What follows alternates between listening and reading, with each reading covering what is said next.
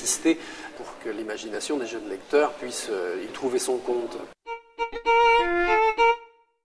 Les parties les plus attrayantes, les plus spectaculaires, les plus étonnantes et les plus pittoresques sont celles qui concernent la vie sous Louis XIV. Par exemple, vous emmenez un enfant à Versailles, il est passionné parce qu'il y a des choses qui le surprennent. Il y a des choses qui se faisaient à cette époque-là qui ne se font plus maintenant. Quand on voit le roi à table, on est très impressionné par tout ce qu'il mangeait. On parfumait les mets à cette époque-là.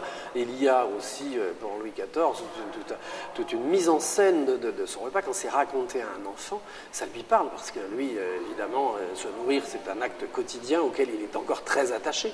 Et alors, voir le roi dans ses habitudes, pour lui, c'est une entrée dans l'histoire par le pittoresque. Ça peut être aussi par la Révolution. La Révolution où le monde a changé, où la société a changé.